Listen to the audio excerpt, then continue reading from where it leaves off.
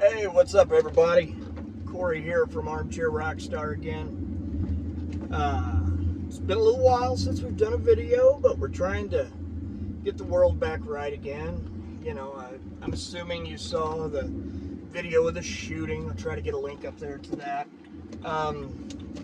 About the shooting and the home invasion, all that stuff. We just had, life went crazy on us for a little while. We totaled a couple cars, nearly lost my mom, been trying to find a new house. So, been a lot going on, but it's time to get back into making videos, guys. Today, though, we're going to talk about Guns N' Roses, and I'll tell you why. It's because I love this new song, Absurd. The first time I heard it, I thought, I didn't know what I thought, but because it's Guns N' Roses and I really want to like it, I gave it second, third, fourth try, and before you know it, I love this thing. I did like the first pass. It was just not at all what I expected. But there are a number of things that intrigue me about it. Either way, I'm just glad to see new Guns N' Roses music. I guess the thing we should start with is that it's only kind of new music. I don't know if all of you will remember when, late 90s, I want to say back in the Napster days, when bootleg sessions from the Chinese Democracy tapes started to leak, and there were songs that were coming out, not on the radio and stuff, but you could download them, you could get them, you could listen, and it was Guns N' Roses-ish. It was Axl. But this particular song was called Silkworms, and it was probably my least favorite of them all. So the interesting thing is, at that time, this was a very futuristic song. Synths, weird sounds, Axl through a bullhorn. It was very, it was an intense song, but nothing like it is now. I guess, you keep hearing that they're together making some music, writing new songs, doing all that good stuff. So hopefully something's going to come together from it in the near future. But my guess is this is kind of the starting point of that. They took the song, ripped out the chorus, made it Guns N' Roses. That's what they did. I mean, when you listen to the guitar parts, the rhythm, the feel, the bass, the overall jive of the song, it's a Guns N' Roses song. Like, you recognize Slash, you feel tough. I mean, strangely, Axl sounds so least like himself in this that he does in anything I've ever heard. But it's kind of a cool vibe. And I think what it boils down to is relevance. When Guns N' Roses came on the scene way back in the late 80s, mid to late 80s, the thing to remember is that they were coming onto a scene populated with songs like The Final Countdown and Every Rose Has Its Thorn and Heaven and stuff like that.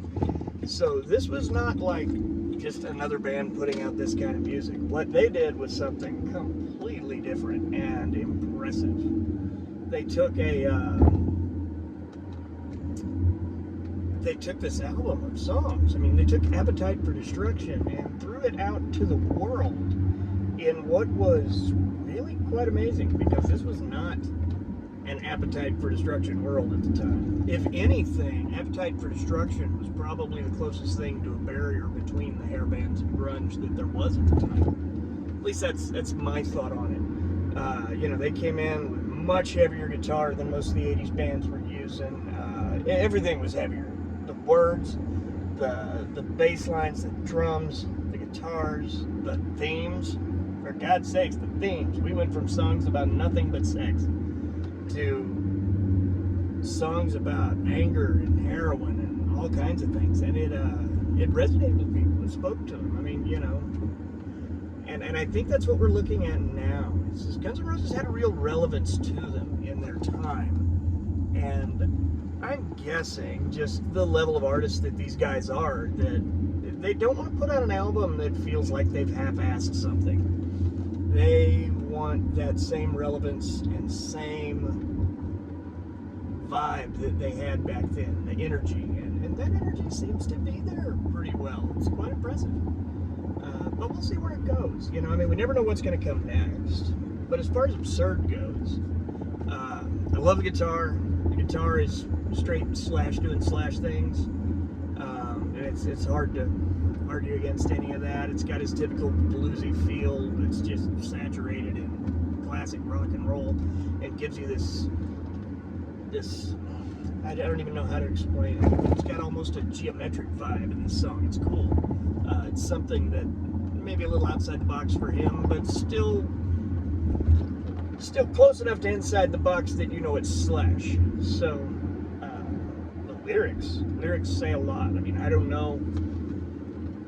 I mean, there are some minor edits to them. I don't know if they're putting this out now thinking of our current political landscape, or maybe, the state of COVID and all that stuff's been...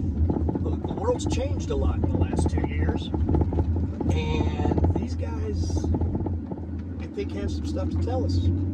So, I hope within the next year, originally we kept hearing that by the end of 21 we'd probably have a new Guns N' Roses album. But since we haven't heard much other than this one song they dropped at a concert in Boston last week,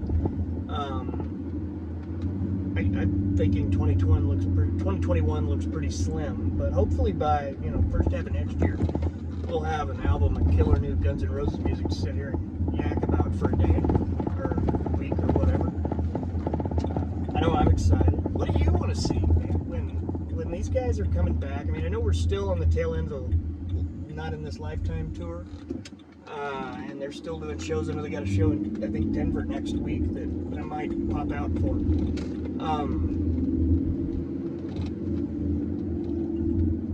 But obviously the new music's still rolling as well. They're still playing together. They're still doing things. I think they're just keeping in shape right now, hitting every city they ever would have. Then they came back to my hometown of St. Louis, made my day, because we were the home of the Riot back in '93.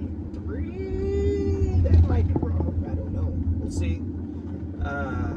On the Use Your Illusion tours, where a biker dude down in the crowd was snapping pictures, and Axl went to yelling at security to get him, and when they didn't, he nosedived off the stage to take care of the problem himself.